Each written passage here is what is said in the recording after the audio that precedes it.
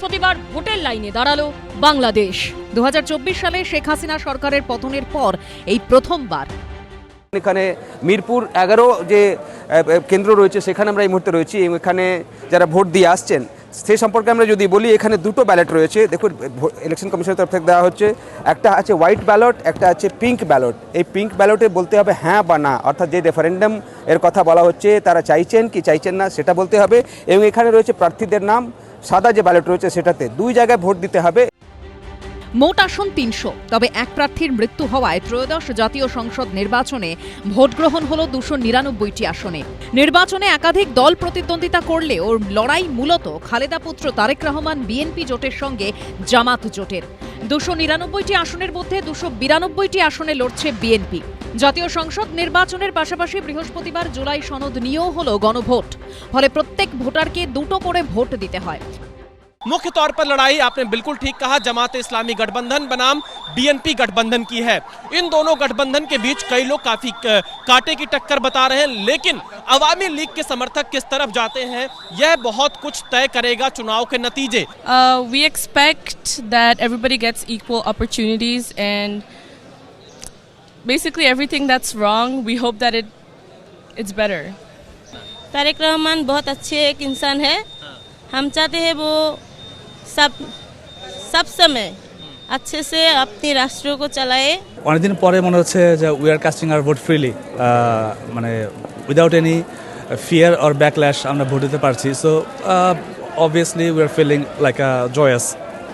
আশা করছি আমি যাকে ভোট দিচ্ছি সে হয়তো জয়ী হবে, বাট সে হোক বা না হোক আমার মানে আসল আশা হচ্ছে যে বাকিরা সেটাকে মেনে নেবে, যেই জিতুক না কেন। ফার্স্ট টাইম আমি আসলে খুবই excited and was feeling very thrilled because আমি অনেক বছর পর ভোট দিচ্ছি। লাস্ট ভোট মনে হয় আমরা 2008-এ দিয়েছিলাম এই সেন্টারেই। এখানে জনগণকে লিয়ে যে ভোট एक ईद की तरह तरफ से आम जनता जो है वो वोट के लिए अपेक्षा करता है। तो जमात इस्लामी या बीएनपी कौन आगे चल रहा है अभी?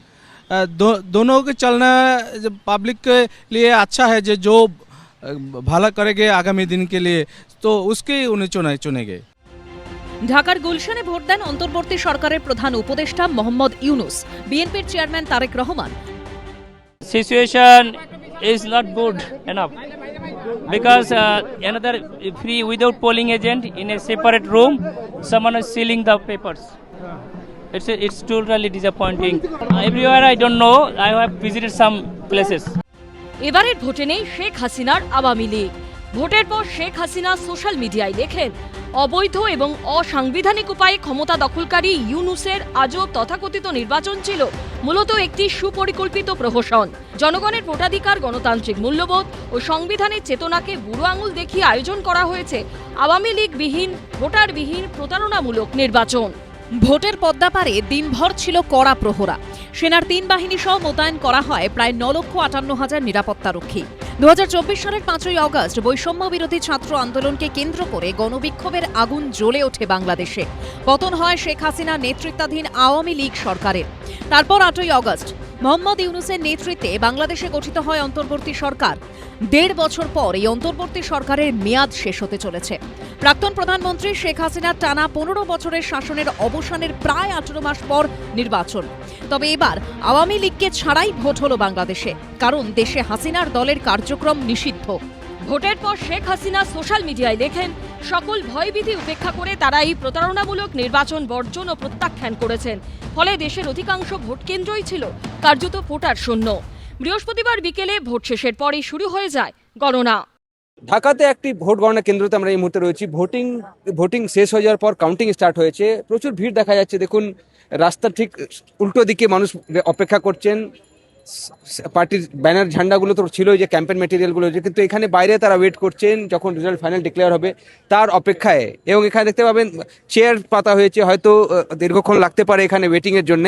বাংলাদেশে যেই পাওয়ারে আসুক, যদিও বলছে এটা হাড্ডাহাড্ডি লড়াই, আমার মনে হয় বিএনপি পাওয়ারে আসবে, কারণ মহিলারা ইয়েকে ভোট দেবে। বিশেষ করে আওয়ামী লীগের যারা আছে তারাও বিএনপিকে দেবে, কারণ জামাতকে দিলে মহিলাদের জীবিকা আরও খারাপ হয়ে যাবে। কিন্তু যাই হোক, যেই পাওয়ারে আসুক ভারতের সাথে তার সম্পর্ক ভালো রাখতে হবে। এবার পদ্মাপাড়ের সিংহাসনে বসবে কে? উত্তর মিলবে শুক্রবার। বিজেন্দ্র সিংহের রিপোর্ট, এবিপি আনন্দ, ঢাকা। এবিপি আনন্দ, এগিয়ে থাকে, এগিয়ে রাখে।